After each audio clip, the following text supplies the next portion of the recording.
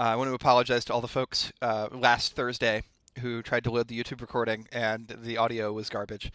I messed up my Open Broadcaster Studio settings, and yeah, so I was recording off of the wrong stream. So I am so sorry about that. Uh, I didn't realize it afterwards. Unfortunately, there is no way I can fix that. Like we don't have a recording of the correct audio feed there. A couple of other announcements. I'm a bit behind on making videos. I need to make one for the homework that was due yesterday. I need to make one for recitation yesterday. I will get those up as soon as I can. The YouTube video from Tuesday's class is online.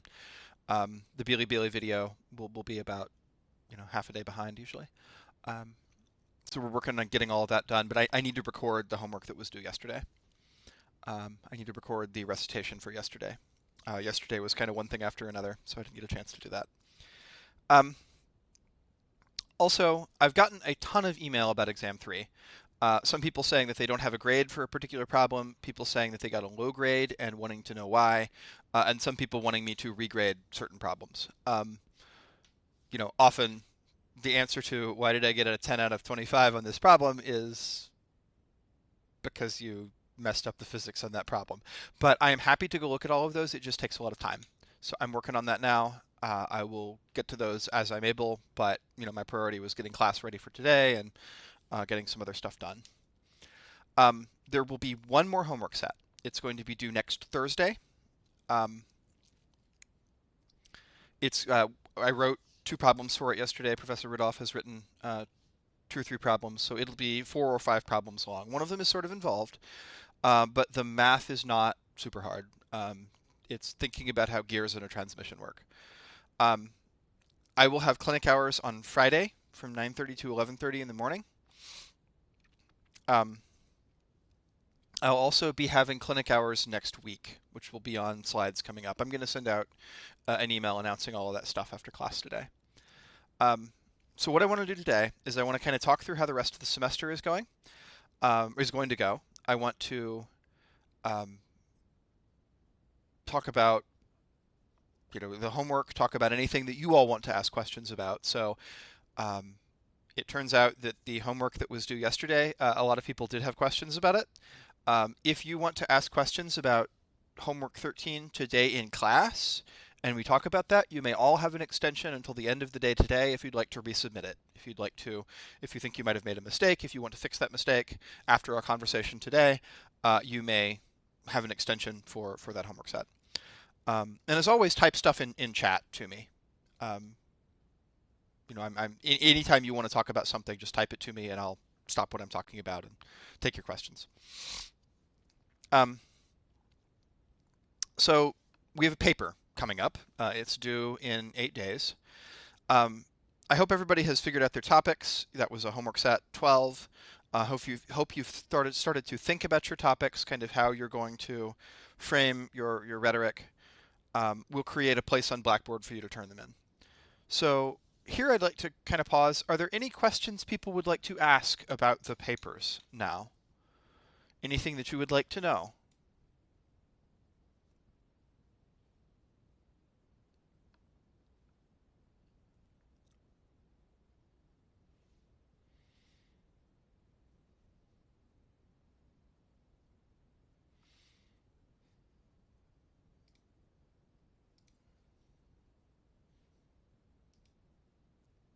Do I want a specific citation style? No. You need to cite your sources. So if you use a Wikipedia article or a New York Times article or a book, then you need to tell me what you used. But you may cite it in any clear form that you're familiar with.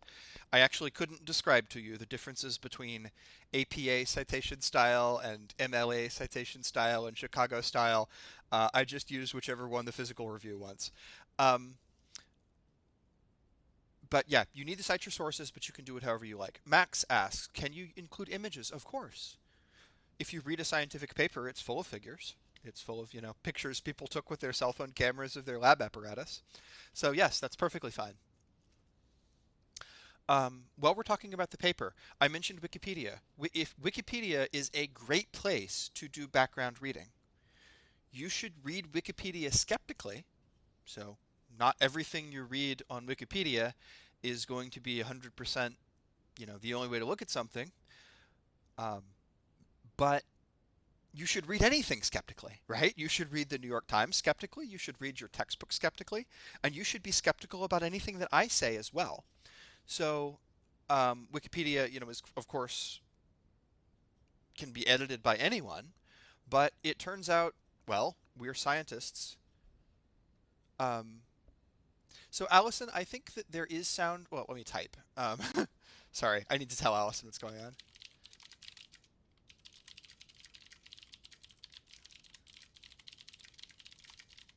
Um, so folks, could you just verify that the sound is in fact working on Collaborate?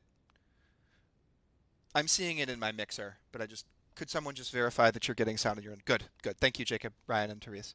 Um, so on Wikipedia, yes, you should read Wikipedia articles skeptically, but you should be skeptical of anything. And if we're scientists and we claim to be empiricists, right, empirical analyses of Wikipedia articles has shown that they are often about as factually reliable as the Encyclopedia Britannica. So this doesn't mean that you should cite Wikipedia as your only source, but if you do want to use Wikipedia for background reading, and then especially follow its sources to find more material, that's a good way to go about doing some of your study. Is there a particular way that I want you to structure your paper? No. I want you to write me something coherent. I want you to tell me a story. So, like all good stories, there is an introduction, a plot, and a conclusion. But how that works is kind of up to you, right? Um, you should frame what it is that you're talking about. You should make sure that the reader is informed about whatever scenario it is. You should then make your arguments, right? You should tell me why you think that these claims are spurious and how someone could recognize them and basically make all of your points. And then you should ensure that the reader doesn't leave without understanding how your points fit together, and that's the function of a conclusion. Other than that, other than having like a beginning, a middle, an end, and telling a coherent story, there's nothing in particular that you need to do, Samuel. Anything else about the papers?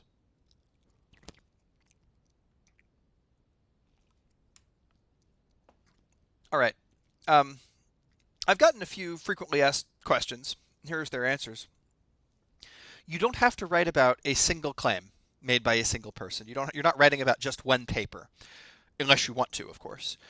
You can write about a movement, like flat earthers in general. You could write about one particularly dumb thing that Kyrie Irving said, or the dude that was trying to build rockets out of California. But you could also write about flat eartherism or anti-vaxxerism or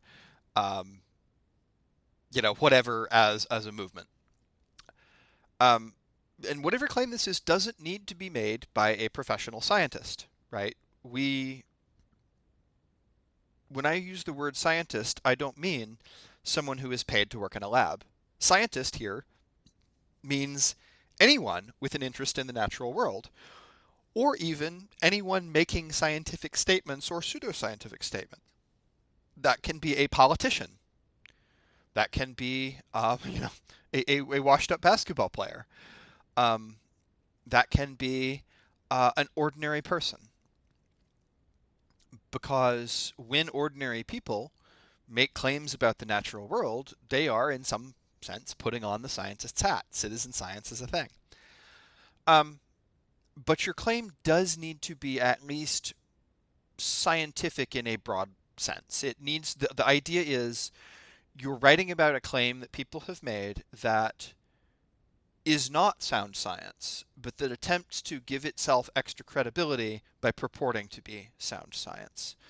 So, for instance, this is not a paper about, for instance, religious claims, unless the people making those religious claims purport to back up what they are saying using the scientific method.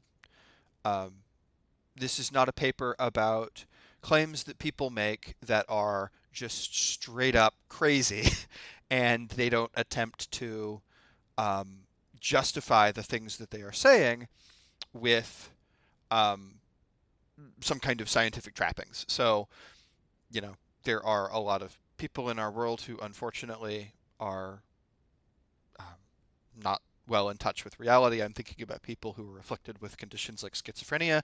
This is not a paper where we make fun of um, people who are showing psychosis, right? This is a paper where we talk about claims that people are making um, that are serious and that they want other people to take seriously, and by wrapping them in um, the trappings of science. If you would like help with your paper, you can contact any of these folks. Mario is one of our TAs, Nori and Julian are our coaches, and I am me. There's a channel on the Discord server where you can chat about that. Feel free to email us drafts of your paper. If you would like feedback on a draft of your paper, please feel free to email those to us, and we'll let you know what we think. We don't want to get in the business of trying to like guess people's grades ahead of time, so we're not going to grade your paper ahead of time and promise you a certain grade, but we will write you back and say, here's what we think of your work, and here are ways that you could make it stronger. So here's how this semester is going to wrap up. Later today, we're going to post your last homework set. It'll be 4 or 5 problems. Tomorrow will be the last recitation. You really should go. Hint, hint. Next Tuesday is the last day of class. I'll have help hours from 3 to 5 next Tuesday. And then next Tuesday, the formal things for our class are over. And after that, I'm going to be doing tons of review sessions and help sessions and stuff like that. Next Tuesday, Wednesday, Thursday, Friday, and Saturday, I will all have help hours. And I'll send out a list of what this is this afternoon. These review sessions are intended to be time for you to come ask questions about previous work in our semester, or just say, hey, let's talk through a topic. Hey, can we talk about vectors again? Can we talk about kinematics again? And I will do a review for you of whatever topic that is. These are intended to help people get prepared for the final. The one on Saturday from 8 to 11 p.m., the one on Wednesday from 8 to 10 a.m., those are there to make sure that they're super accessible to people in East Asian time zones, because I know we have some folks who are there. Monday, May 4th, is the start of your final exam. It will be due no earlier than 24 hours later, Tuesday at 3 p.m. We may give you more than 24 hours. We're still figuring that out. But it is possible that you may have even more than one day to do your final. We anticipate that the final will take a well-prepared student 2 hours to complete. That if you need to go back and review a whole bunch of stuff and dig through YouTube videos to remind you how stuff works, or YouTube videos, or go back and read a bunch of notes, it may take you 3 or 4 hours. But this isn't a grueling one-day final. It'll be like your previous exam.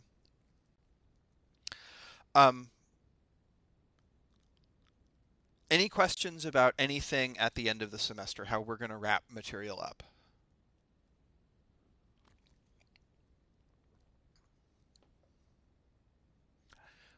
Zaya, the final will be given, there will be 2 components. It will be much like before. So I will post PDFs. Some of the final will be multiple choice. Not all of it, but maybe 30% of the final will be multiple choice. We're doing that in order to make it easier for us to grade, because we want to make sure that we get your grades to you in a reasonable amount of time. So those answers, you will like click things on Blackboard, but the rest of the final will be like before, where you'll submit stuff like exam 3. Is there anything that did or did not work well about that, Zaya, that we need to modify to make sure it's optimum for you?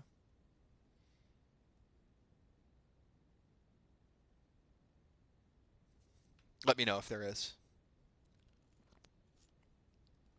Yes, your lowest homework grade is dropped. Yes, your lowest midterm exam grade is dropped. Um, so all of that stuff in the syllabus still works like it always did at the beginning of the term. The only modifications to oh, Zaya, you would like more room to write? Yes, I can do that. Zaya, if you could do me a favor, if you could go back and look at exam 3 and tell me which problems you ran out of room on, that would be really appreciated. Um, I've noticed that Professor Rudolph and I typeset things a little bit differently, and it would be useful to, yeah, thank you, Zaya. It'd be useful to know which one of us is not leaving you enough room, because we do our typesetting in slightly different ways. Thank you. Um, the only modifications to grading in the syllabus are that there's no group exam 3, and recitation participation was the journals for a little while, and now we're not doing those anymore. And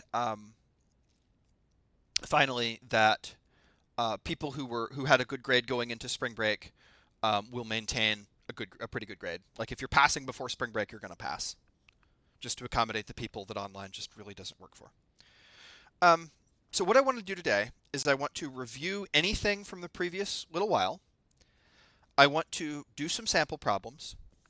And then I want to finally tie together the idea of torque and the idea of conservation of energy in rolling motion. So that's the plan for today. Test to make sure. Yes, my stylus is working. So the first thing is homework 13, the homework set that was nominally due yesterday.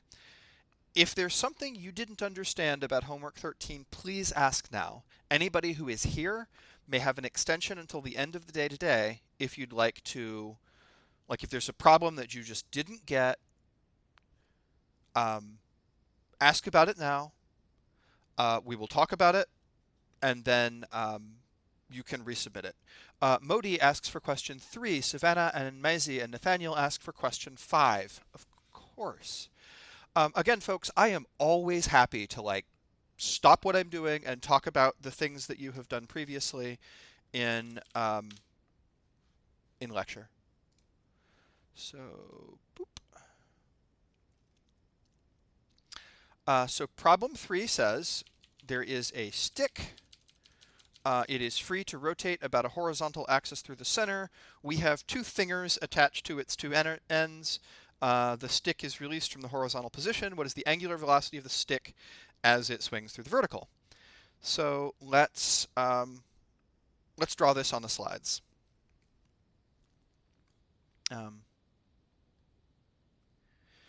So we've got a stick. Stick will be gray, like so. It's got 2 blobs on the ends.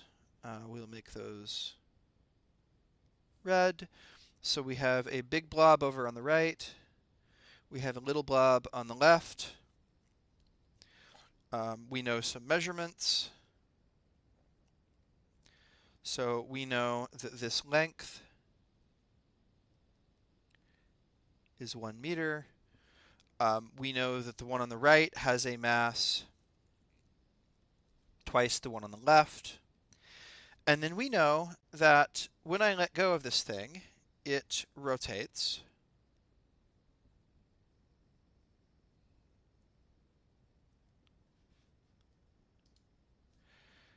And flops down like this. Oop, don't want an arrow there. It flops down like so. As you might expect, the big one goes down,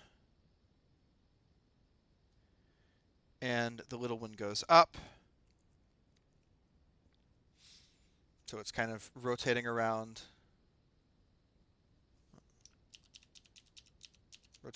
like this. And this one has gone up. So that's what's happening in the problem. And this is fixed by an axis at the middle, so this point in the middle cannot move.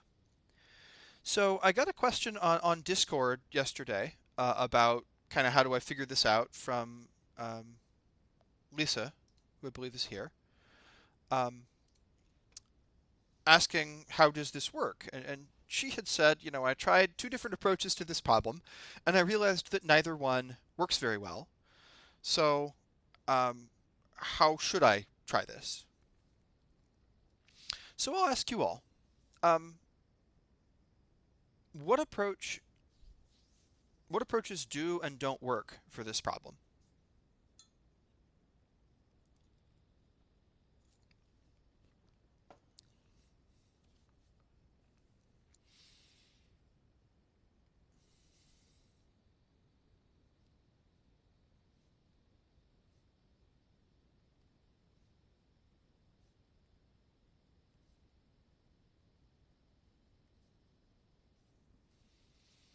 So Jacob says energy methods. Um,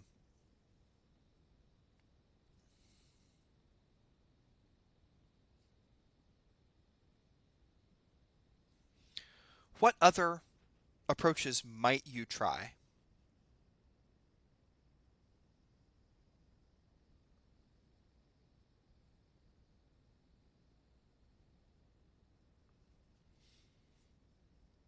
Well, some folks have suggested using the idea of torque, and some folks have suggested using angular momentum. Not angulan, angular momentum. So let's talk about each of these proposals. Go from the bottom up. Angular momentum doesn't work because when is angular momentum conserved? So what must be true for angular momentum to be conserved?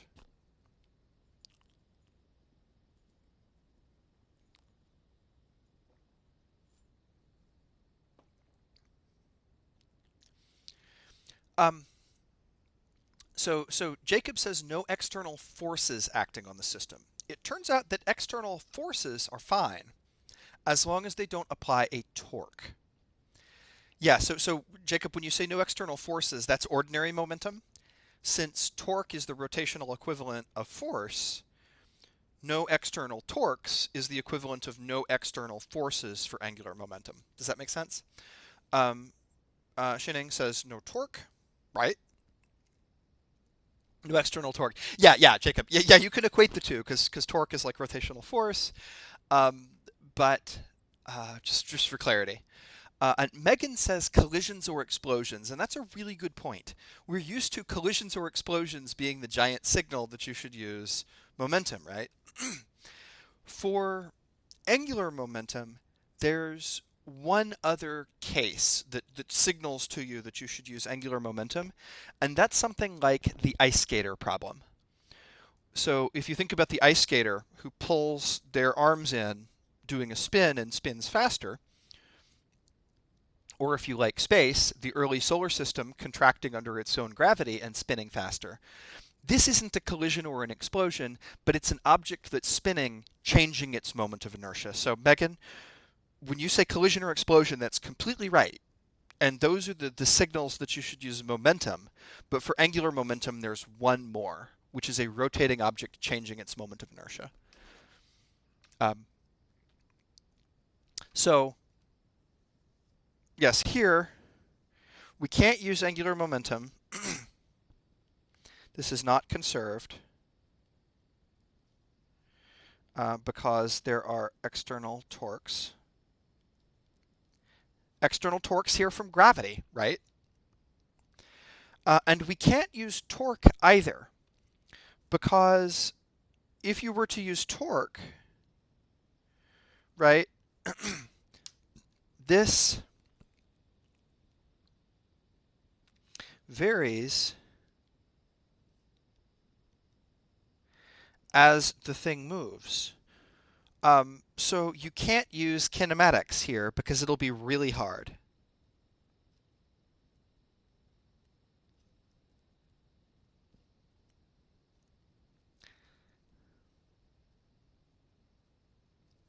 just like kinematics was hard when acceleration wasn't constant, angular kinematics is hard when angular acceleration is constant. So energy methods here, it turns out, are the right way to approach this problem. When you're doing this, don't forget that the bar has mass too. I actually forgot to label that on my diagram. But the bar has a mass of 6m in this problem, I believe. Let me make sure that's the right number. No, it has mass 3m, right? Because it's 3 times as massive as any of the others. So you'll need to take into account its rotational kinetic energy as well. So people who were asking about this question, Samuel and Modi, does this clarify how to approach it?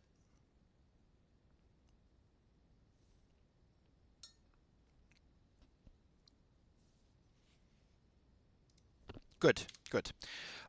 People also want to talk about number 5. Bloop, bloop, bloop, bloop, bloop. So let's talk about number 5. Good, Samuel. So number 5, this is this one. Number 5 is actually a really interesting problem. Something a lot like number 5, except without any numbers, appeared on last year's exam. So in number 5, we have an elliptical orbit of a satellite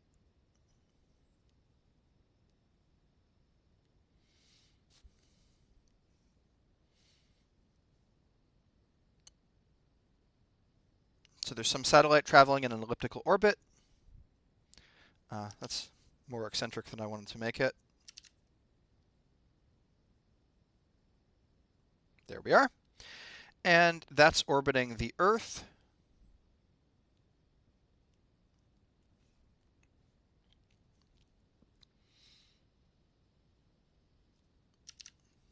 This looks like about the focus of the ellipse. Blurp. So there's the Earth. And what we tell you in this problem is we give you the height at apogee, which is the closest point. For those wondering about the words, apogee means closest to the ground. Perigee means closest to the ground, just like perihelion means closest to the sun. It's just Latin words, Greek words. So this is perigee. Yeah, Matt has it drawn the other way around. So the radius at perihelion is known, I believe, or is it the other way? No. We know the other one. Oh, no, actually. We do know this. And I'll write out the word.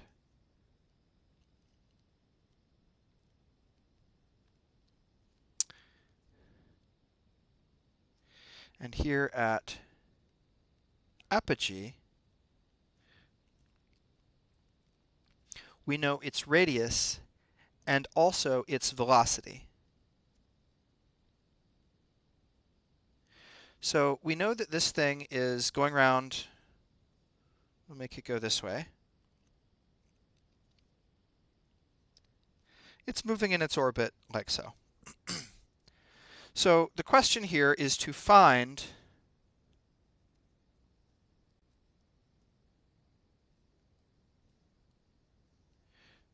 the velocity at perigee.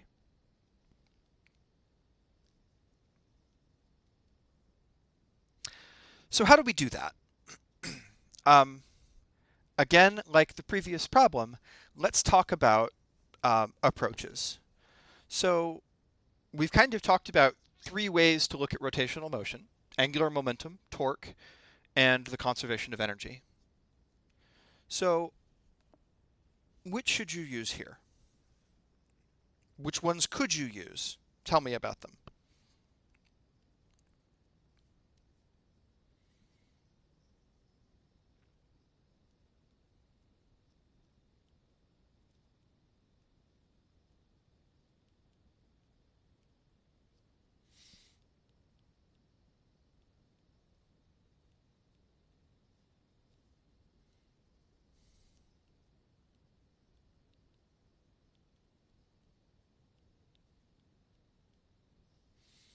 We'll say energy more generally.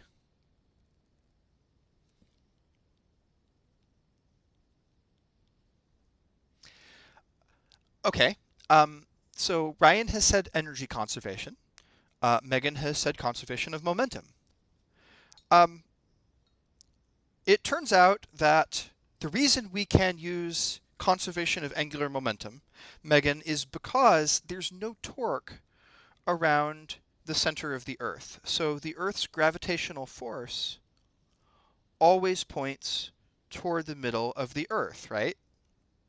And that means that it doesn't apply a torque. So the gravity applies no torque around Earth's center. So conservation of angular momentum works, as Megan has said. But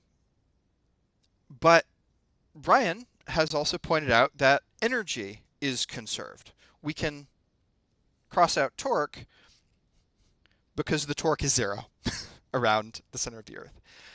But to use conservation of energy, the problem is, so you can do this,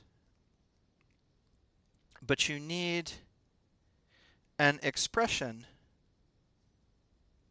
I'll write this a little higher. Bloop. Yes, but you need a formula for gravitational potential energy. Here, gravitational potential energy is not equal to mgh, since the force of gravity in space is not equal to mg.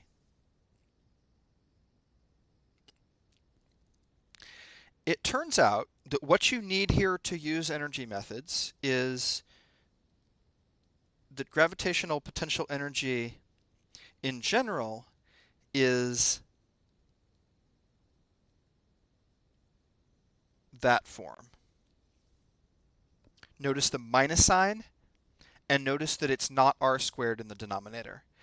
And if you have this, then you could use energy methods as well. Does that clarify this problem, Savannah and Maisie?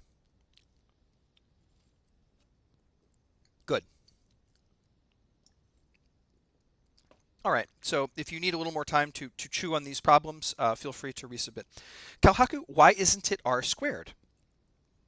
So the reason it isn't r squared requires a little bit of calculus. So I know that work is the integral of force over distance,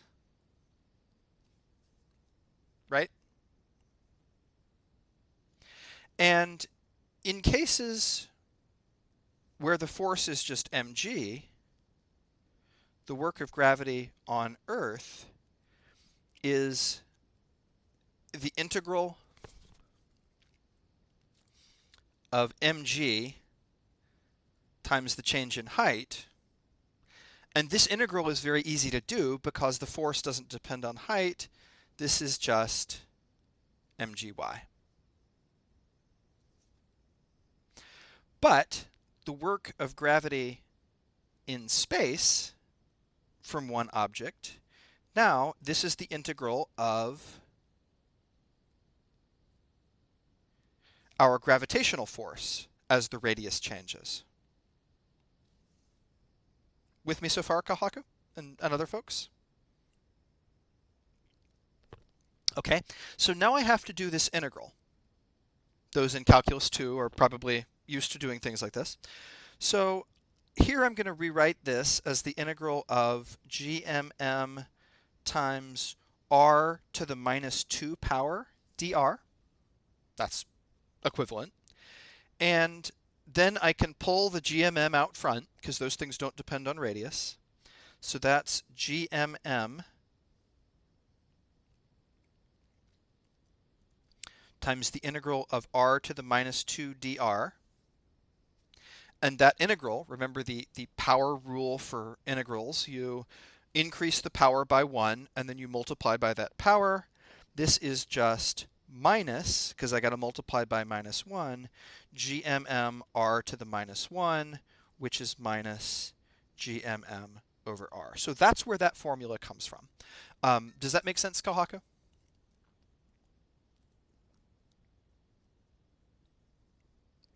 Good, good. Yeah. We didn't do that in class, right? If you're looking at this and saying, we never did this. Yes, we never did this. That's right. We had intended for you to do this problem with the conservation of angular momentum, but you can do it with the conservation of energy as well. It might be illuminating and might get you a little bit of extra credit to do it both ways and see if you get the same answer.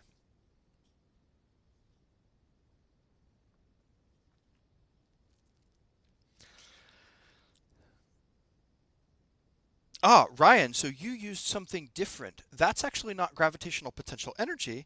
That is angular momentum. And yes, so what I have just written out is how you think about the doing this problem with conservation of energy, because that's something we hadn't talked about in class. But if you are to do it with angular momentum, then yes, absolutely. The thing we'd intended for you to do is to see that the angular momentum is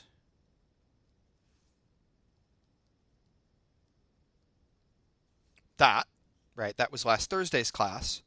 And then you say, velocity and radius are perpendicular at apogee and perigee, so I don't have any trig to do. And yes, with that relation, Ryan, as you say, you can derive Kepler's second law if you're wanting to go there. So, Ryan, does that answer your question? Good. Okay. I'd like to do a couple of sample problems now. Don't look at my count of slides and say, I don't want to ask questions because Walter might not get to the end of his slides. I have more slides today than I will probably get through, and that's fine.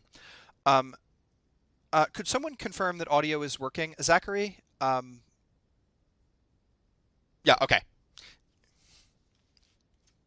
Okay, Zach. Yeah, it may have just been your internet connection. If I ever have a problem with my internet connection, please tell me. Um, I live alone, nobody else is using my internet, but there may be some kind of Wi-Fi glitch, but let me know if my internet drops out.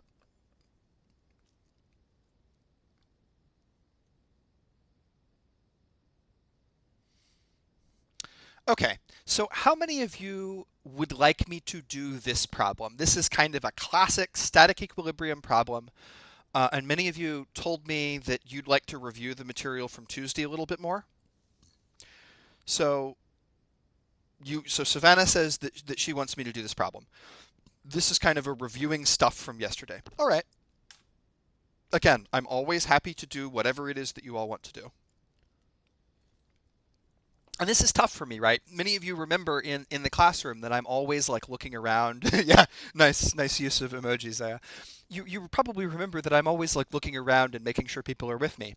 And seeing what people want to do by reading students' body language. I can't read your body language right now. So I need you to tell me what I should do. So how should I go about this problem? How do we go about doing problems like this?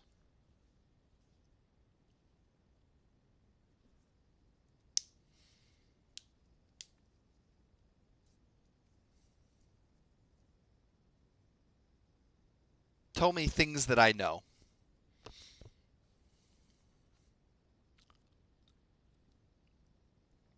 Sum of torques. Okay, so I'm going to add up all the torques. And what does that add to, Daniel? Okay, sum of torques equals 0 because this is static. It is not moving. So this is something called static equilibrium, meaning the torques don't balance because an object doesn't move. There's also something called dynamic equilibrium, where you have an object that is turning, but doesn't have an angular acceleration, so the sum of the torques is still 0. That applies to the problem with the gears on homework 14, which I think all of the mechanical engineers will find entertaining. So Jacob says, identify the axis of rotation. I want to come back to that a little bit later, but yes, we're going to need to do that. So here's the approach. Let me scroll down here. Basically, this is what you just told me to do. So we want to draw an extended free body diagram. So an extended free body diagram is just label all the forces and where they act. And then we're going to do what Jacob wants me to do, which is to choose a pivot point strategically so we don't need to worry about a certain force. And then we're going to calculate the torques applied by each force and solve for that tension. So, what forces act on this bar? So I'll note also over here that we know the mass of the sine, little m equals 50 kilograms.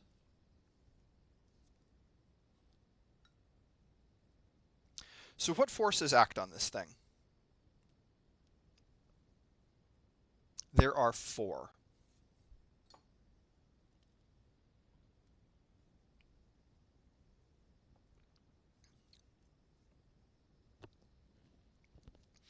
So type to me what they are and where they act.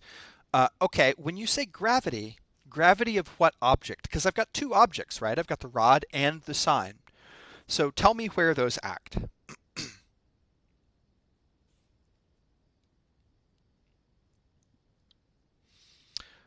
Okay. Kalhaku says the tension from the cable, and that acts up here, going that way.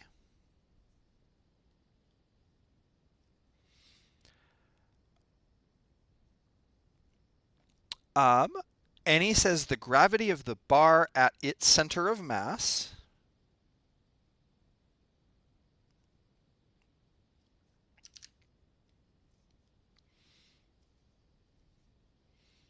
So that's going to go down here. This is big mg, weight of the bar.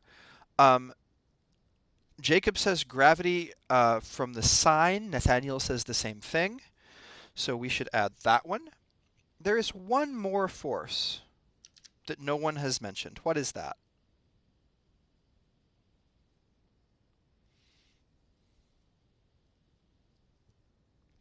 Yes, Alejandra, there's a normal force from the wall, and it's attached via a hinge. So that hinge stops it from moving, but it could exert a force in who knows what direction. I mean, you know it has to have an upward component because it's got to balance out all of the downward forces. So there's some upward force here from the hinge. Who knows? Maybe it's in some direction like this. F hinge. For a reason you'll see in a minute, I'm going to write this word a little further out. Okay, so we have drawn an extended free body diagram. We have done the first thing in the checklist for these problems. Now we want to do what I believe it was telling me to do this. Jacob, to choose a pivot point. So the strategy here is always, remember that torque is force times distance, right? So if you choose your pivot point on top of a certain force, you don't have to worry about that force in calculating torque because the radius will be 0. So are there any forces in this problem that you would really prefer not to think about?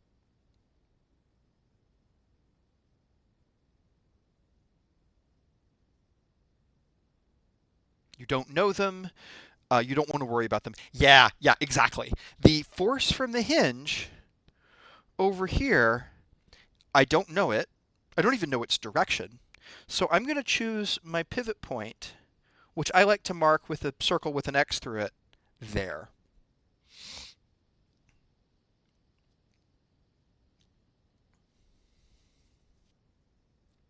And that way, it applies zero torque. And now that I have done that, now I'm ready to move on to the next step, which is figure out the torque applied by each force. Now, there's a foolproof way of getting this right.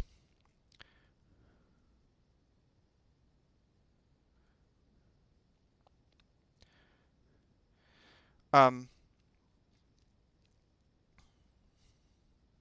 kind of messed up here in that I meant to draw my free body diagram on this page. So let me just reconstruct it. I'll draw all of these forces again in different colors. Blorp, blorp, blorp.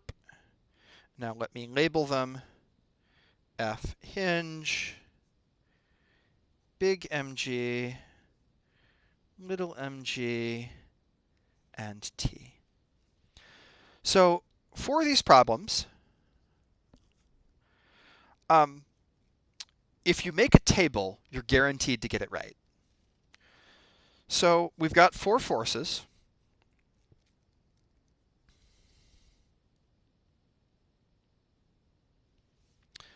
Let's just do them one at a time. So the magnitude of the force from the hinge is F sub h. Its radius is 0. The sine of the angle between the radius and the force is little shrug emoji. The sine is the same, and the torque is 0. So that's one of them. Now let's do the other forces. Which one should we do first? I'll decide we'll do the tension. And we're using the symbol T for its magnitude. What is the radius that I write down here? 4 meters. Again, I don't like numbers, so I'm going to say that this is 4 meters, which is L. So the sine of the angle, this is the angle between the radius vector and the force vector. So what is the sine of that angle? Let's start with what's the angle. So the radius vector, it'll be the one that I'm about to draw in pink. The radius vector goes from the pivot, which, remember, the pivot was here. And the radius vector goes from the pivot to the point where the force acts. So in this case, that's the radius vector. 60 degrees. Yeah, Alejandra, so you probably used, I think, what a lot of students call the Z rule from high school geometry, where you've identified that this angle up here is congruent with this angle down here. Is that what you did? Regardless, you're right. The sine of the angle here is sine 60 degrees. Now, is this torque positive or negative? And here we'll use the convention that counterclockwise is positive. So does this tension apply a clockwise or counterclockwise torque?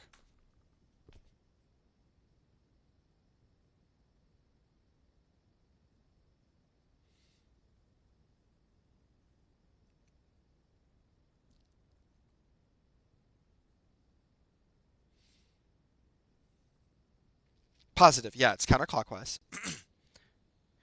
So the torque here is TL sine 60 degrees. Okay, now let's do the next two. Um,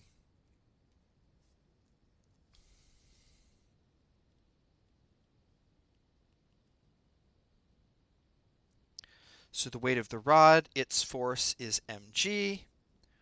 What is its radius? How far is it from the pivot?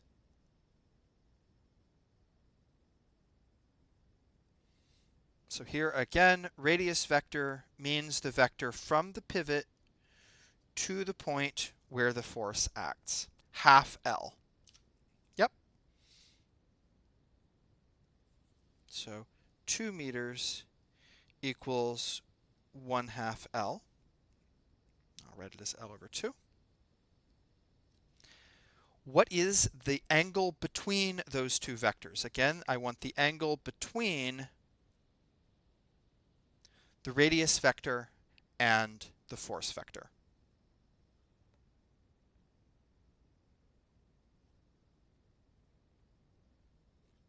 $30. Yeah. This angle here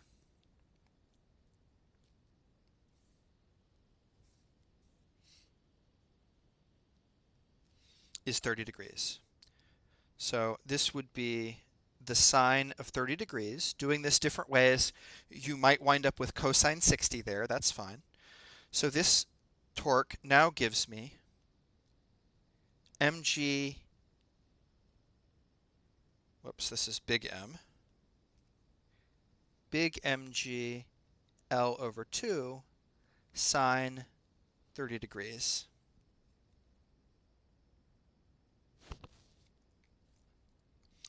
And then the next one, the weight of the sine, is easy, right?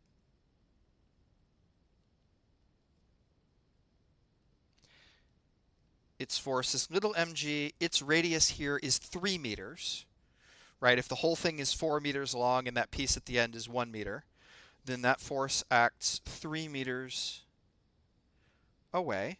So we can say this is 3L over 4. The sine of the angle will again be sine 30 degrees. This applies a negative torque because, again, these forces are trying to spin the whole thing. Both weight forces are trying to spin the whole thing, clockwise, right? So they apply a negative torque.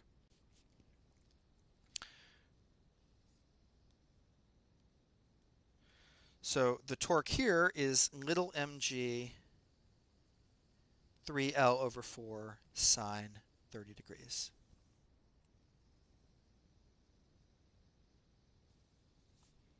I can write neater than that, even at the edge of my tablet.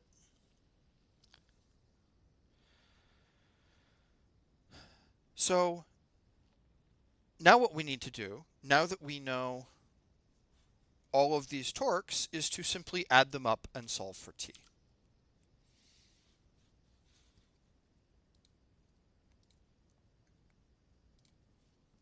So here, now that I've found this out, remember you told me a moment ago that the sum of the torques was 0, so I can just add all of these up. That means that 0 from the hinge plus TL sine 60 degrees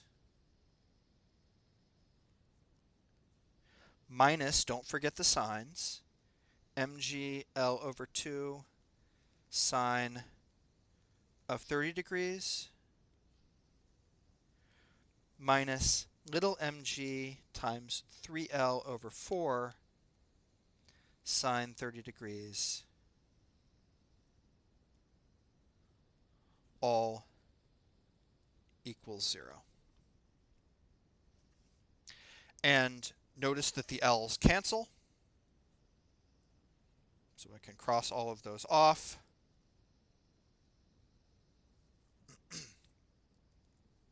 And a little algebra happens, and I get T equals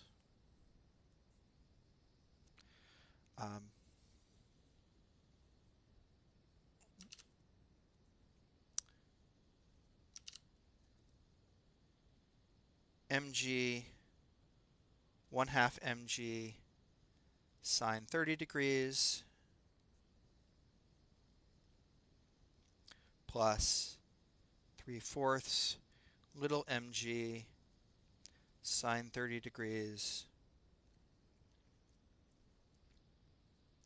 all over sine 60 degrees. Any questions about this problem?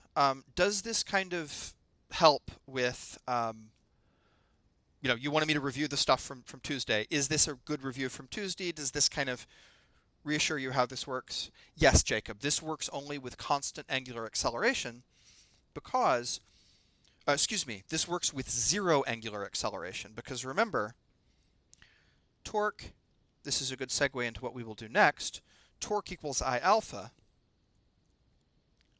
So if alpha equals 0, the sum of the torques equals 0. But, good, Christina. If alpha doesn't equal 0, then, well, you can still use this, right? You can still think about the sum of the torques and blah, blah, blah, but now alpha's not going to be 0. The sum of the torques won't be 0. I would like to do now another problem. Are there one last call for questions on this? Will you be able to use the table with all sum of torque problems? Yes, because this table is really just a way of helping you think rigorously through the process of calculating the torque that forces apply. So sure, I mean, sometimes you may not need to, but yeah, this is always a thing that you can do. So I have to give a digression for 30 seconds to tell a story. When I was in 2004, I had just graduated from undergrad. I had just graduated from college. I was living with my girlfriend in a tiny little apartment. We were so poor we couldn't even afford a bed, so we just had a mattress and we slept on the mattress on the floor. And there was a cat, a stray cat that we would feed, and the stray cat disappeared at one point and then came back with this tiny little orange kitten. And I was away at work one day. I was working as a piano teacher, teaching people to play the piano, and I get a text from Carrie, my partner, and she said, "You have a cat now." And I said, "I have a cat now?"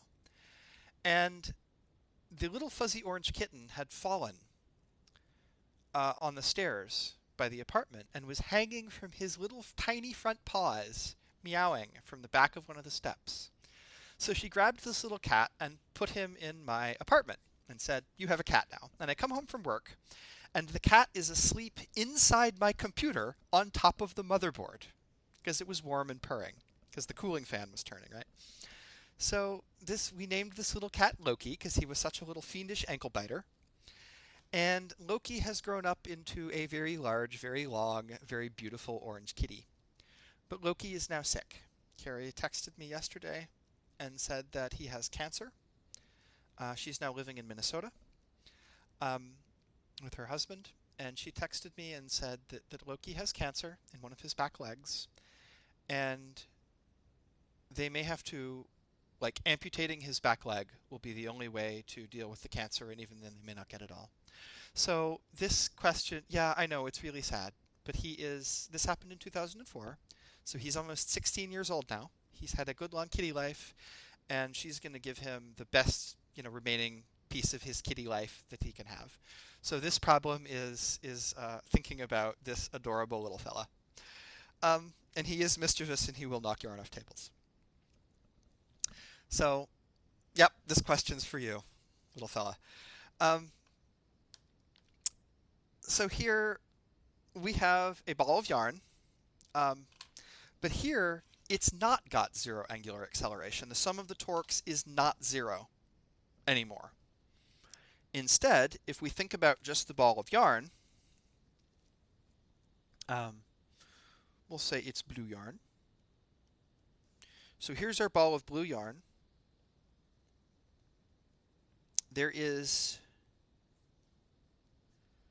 a piece of yarn attached to it, right, going up here.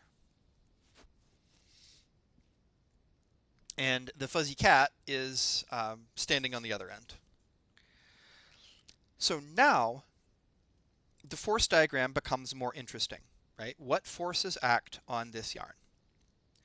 So obviously gravity. It's not quite straight. And obviously tension from the yarn.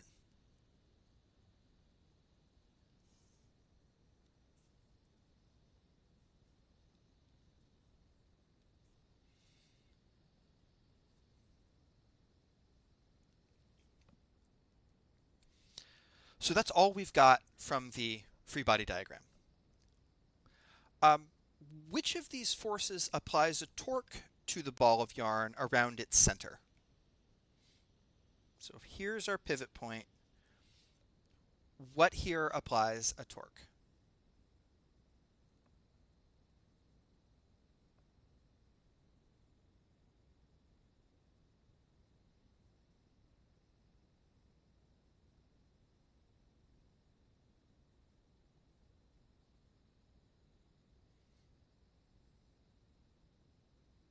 Tension, yeah, because it's not at the center, right? It's offset by some radius r. I'm running out of colors.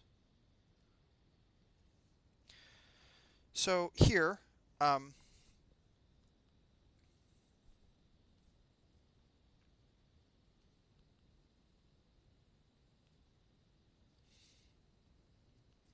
torque will be t times the radius, but it will be negative because, remember, clockwise is the negative direction.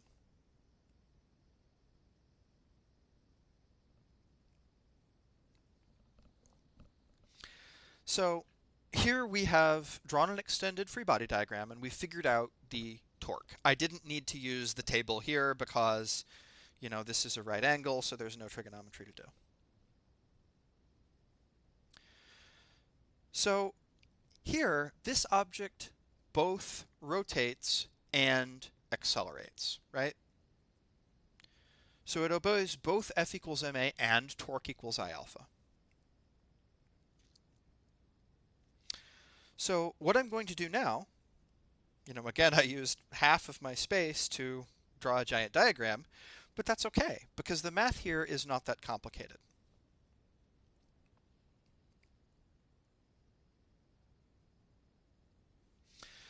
So for Newton's second law, right, well, actually you tell me, which direction shall we consider to be positive, up or down?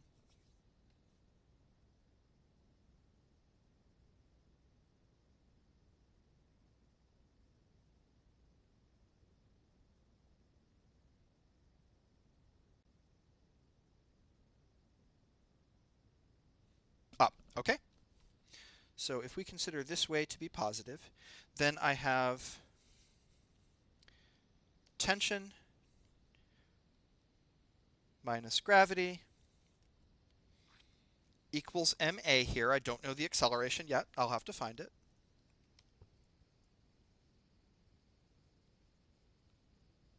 That's Newton's second law for translation. And for rotation, I have minus tr equals I alpha. This is Newton's second law for rotation. Torque equals I alpha. Now, here I know the moment of inertia is 2/5 mr squared, right? So I might as well go ahead and put that in.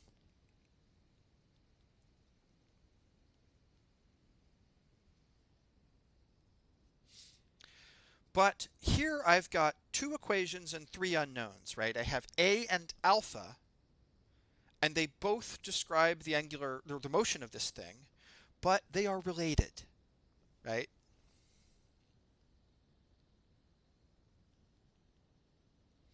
here alpha and A are related. You know how V equals omega R. So here, A equals plus or minus. Oh, my program crashed. It will be back in one moment. There is some kind of bug in the handwriting program that I'm using that causes it to occasionally crash, but it always autosaves on the way out.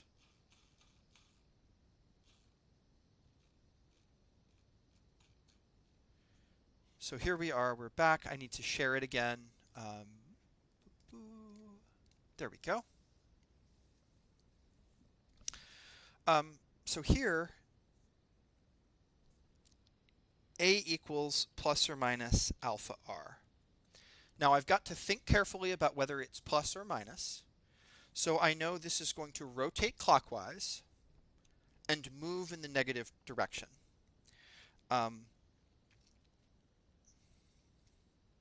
So I know that the rotation and the translation are negative, and since they have the same sign, so A equals alpha R. I had to think carefully about that. If I had drawn the string on the other side of the ball, then it would be opposite, right? Then A would be equal minus alpha R. And you've got to think about it every time.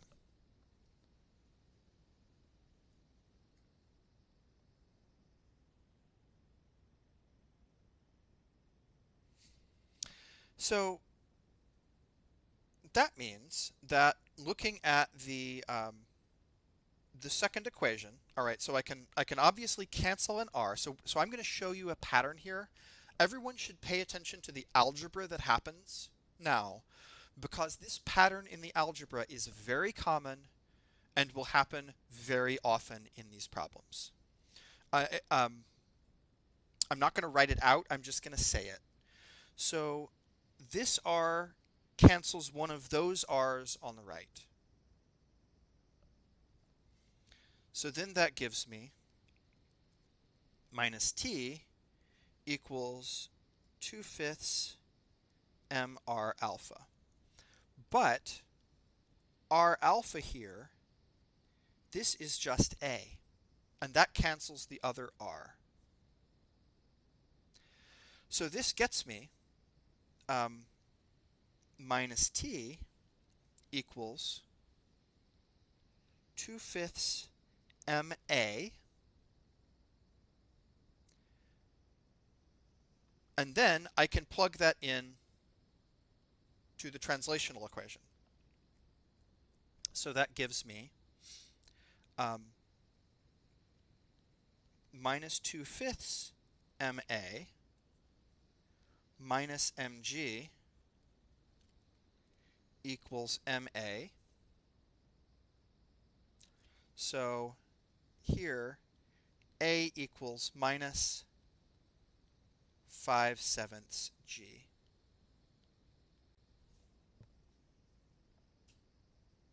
As I move the 2/5 to the other side, I combine those terms, and then I divide. Any questions about this problem?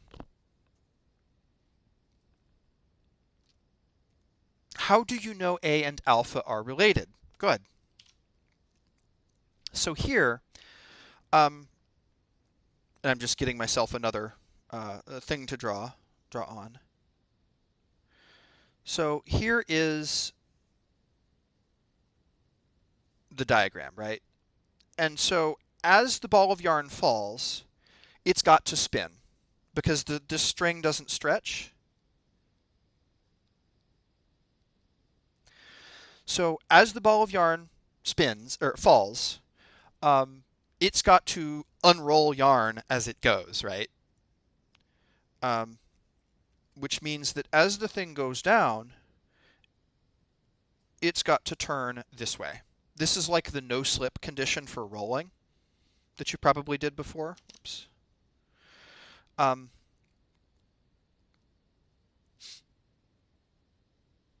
So one way to look at this would be to say that, well, we'll do it this way. So you've seen this before, Samuel, right? This is the condition for rolling, or to relate angular velocity to tangential velocity.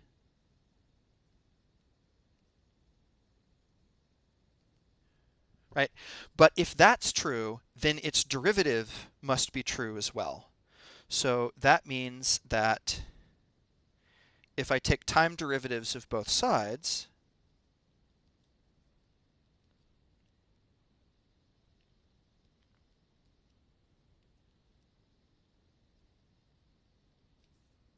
well, the derivative of v is a, the derivative of omega is alpha, so this gets me plus or minus a equals alpha r. Does that make sense?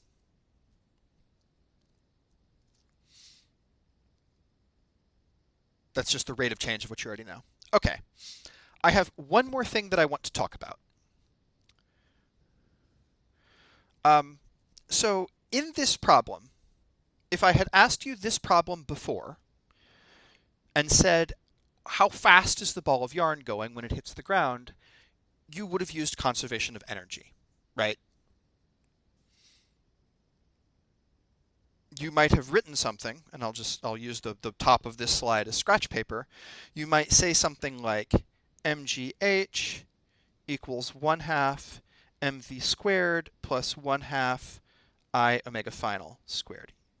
You might have done that, because we know this thing both translates and rotates, so here's conservation of energy. But what about the work done by tension? Here we used conservation of energy, but tension is acting on an object. Doesn't it do work on that object? Don't we need to worry about it? The answer is no, but for a surprising reason. I want to now take a look at the work energy theorem for rotation. I'm going to skip some of the response questions here for time, but you've seen the work energy theorem for ordinary motion before, right? That's very familiar to us. But I'm just going to replace every translational quantity with its rotational quantity here. And that gives me the rotational work energy theorem, that the change in rotational kinetic energy, so one way to say this is the change in rotational kinetic energy is torque times the change in angle, because this is like force times distance. So before, when we did these problems, we kind of lumped rotational and translational kinetic energy together, right? So this is translational kinetic energy. This is rotational kinetic energy. And we just sort of casually added them together. But who says I can do that? What happened to the work done by tension? Well, here I'm going to treat translational and rotational kinetic energy as two separate ideas.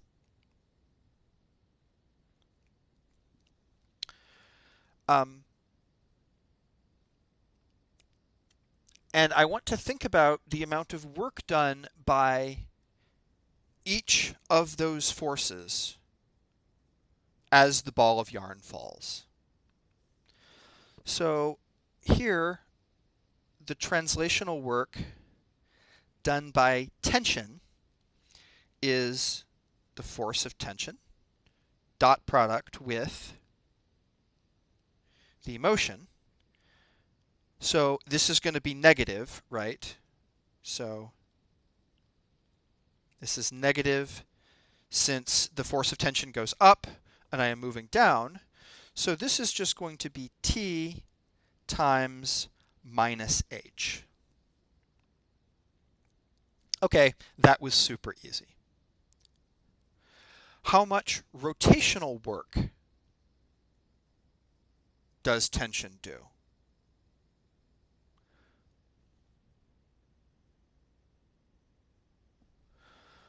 Well, here, the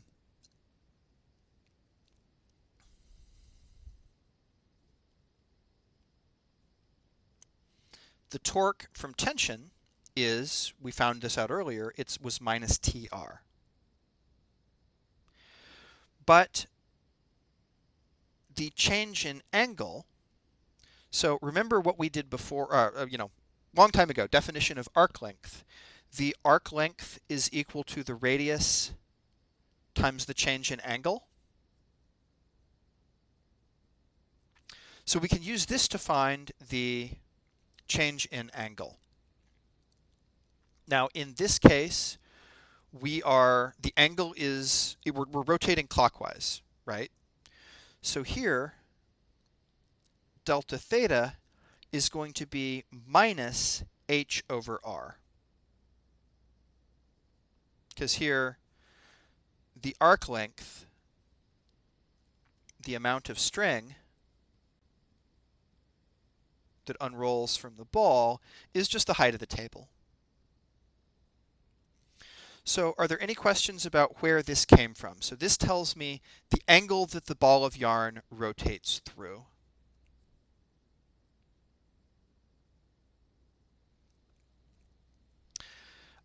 So that means that the work from tension is going to be the torque times the change in angle, and magically, this radius cancels. The two minus signs cancel, and the rotational work is just T times H. So this is why we can use conservation of energy. Notice that let me just write down our conclusions.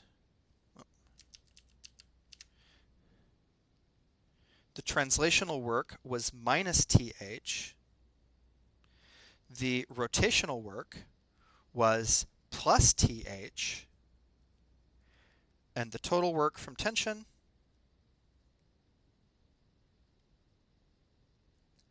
is 0. So that's why we can add together rotational and translational kinetic energy, right? Up here, I just kind of mashed together rotational and translational things and ignored tension. With a ball rolling down a hill, we mashed together rotational and translational ideas and ignored the work done by friction. But as a ball rolls down a hill, if there weren't any friction, it would slide rather than roll. That's why we can do that, because static friction and rolling, the tension in this problem don't do any work because the rotational and translational work cancels.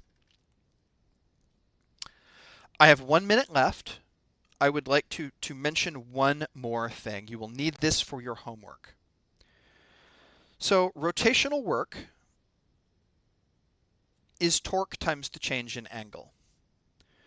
But rotational power is torque times angular velocity. Remember, power equals force times velocity for translation.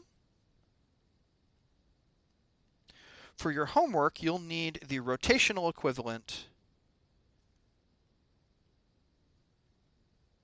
power equals torque times angular velocity.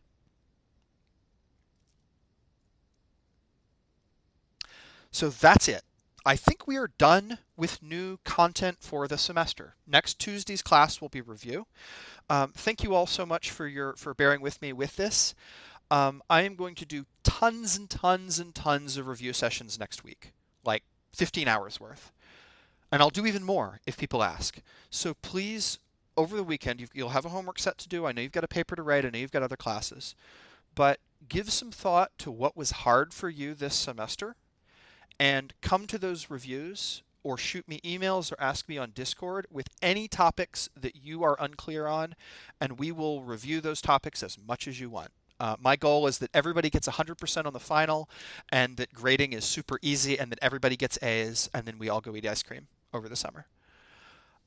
Yeah, thank you, Megan and Mezzy. Any other questions for me? I will hang around for like 5 more minutes and answer questions, and then I've got to go teach the other section. Good, Ryan. And Ryan, I confirmed with Isa that she is still wanting to do that independent study project, um, and she is super excited to work with you if you are still excited to work with her. What is my favorite ice cream flavor? It varies, but I really like mint chocolate. I know it's boring. Could I show you the rotational work energy equation one more time? Sure. It is just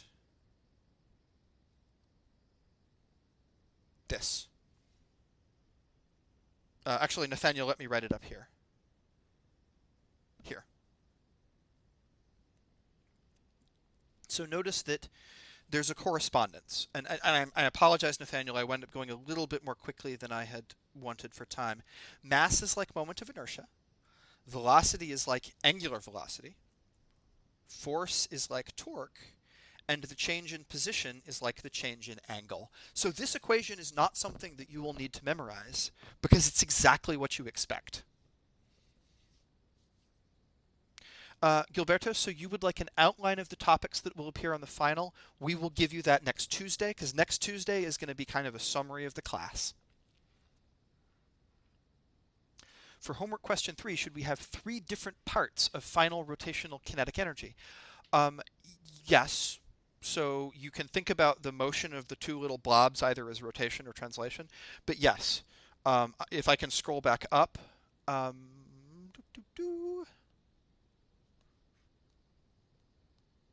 Here it is, right. So yes, you will need to think about 3 things contributing to the total energy.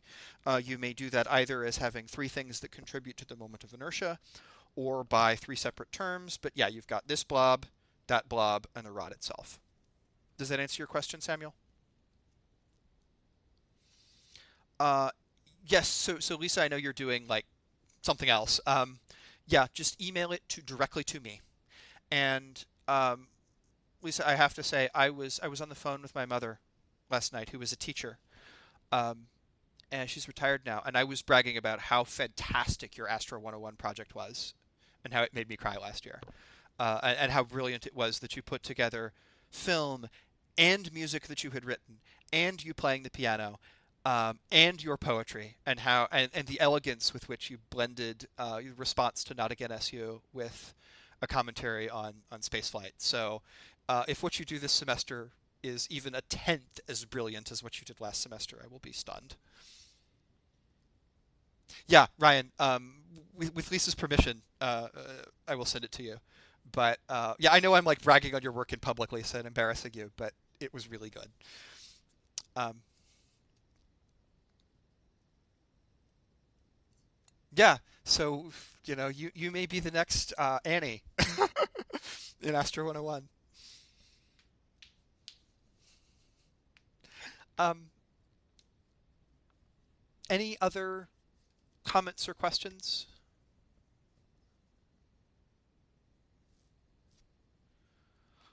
All right, I'm going to go get something to drink and then get ready for the 11 o'clock class because I've got another one of these to teach. Yep, I'll see you later. Thank you for all your hard work.